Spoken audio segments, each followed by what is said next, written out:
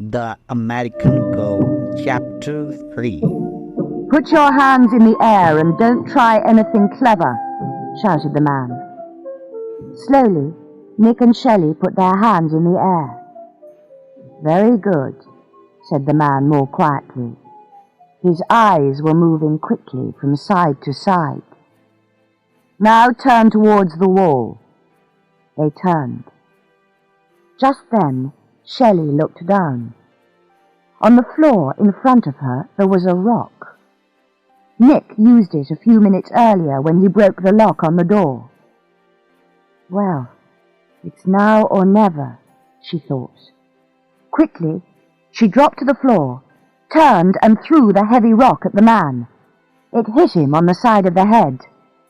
"You dirty little—" he began, and pointed his gun at Shelley. But Nick was too fast for him. In a second, he turned and pushed the man's arm as hard as he could against Shelley's car. Something metal hit the ground. Then Nick heard Shelley's voice. "It's okay," she shouted. "I've got the gun." Immediately the man stopped. He looked at the gun in Shelley's hand and said, No, please don't shoot me." "That's better," said Nick. He walked to the door, looked outside, then closed it. "Now," he continued, "you're going to be a good boy and tell us about the eyes of Montezuma.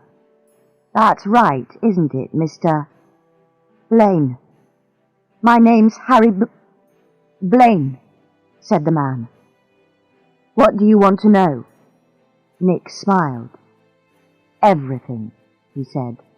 "But first, where are the diamonds?" "I haven't got them," said Blaine.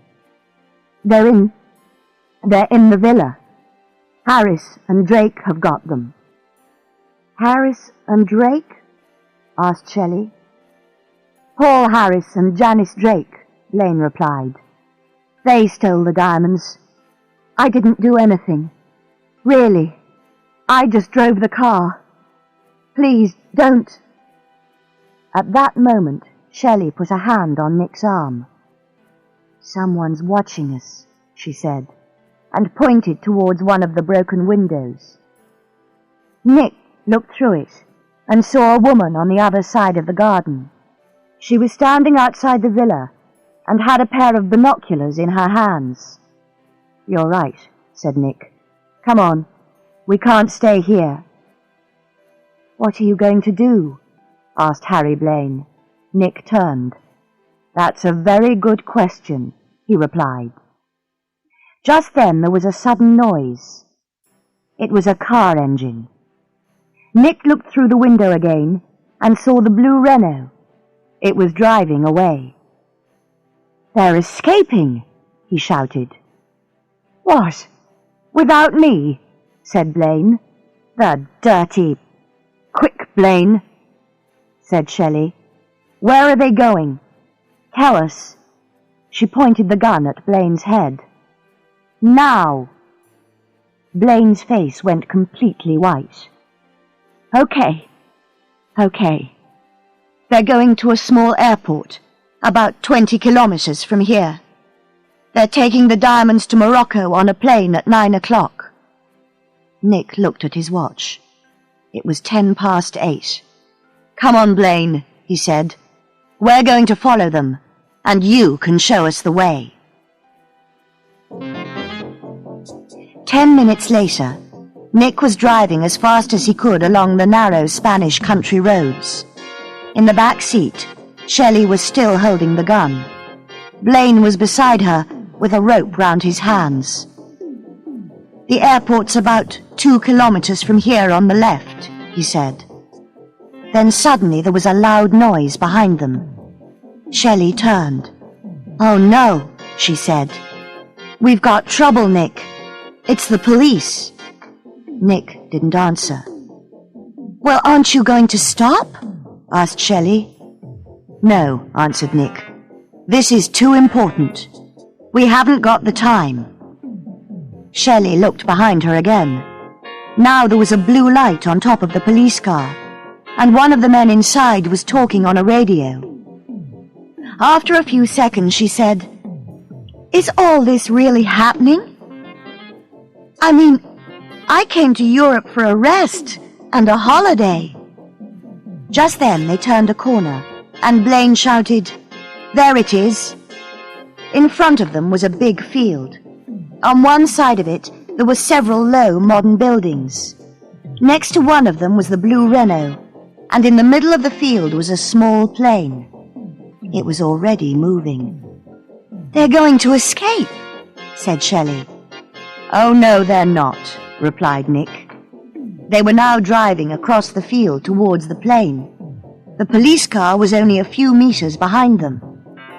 "I'm going to drive in front of the plane. Okay?" said Nick. Blaine looked at Shelley. Neither of them replied at first. Then Shelley said, "Nick, are you sure that's a good—" But it was already too late. The next moment the plane was almost on top of them. Shelley could see the pilot's eyes. Then in a second everything changed. The plane suddenly turned to the left, one of its wings hit the ground, and it crashed in a ball of orange fire.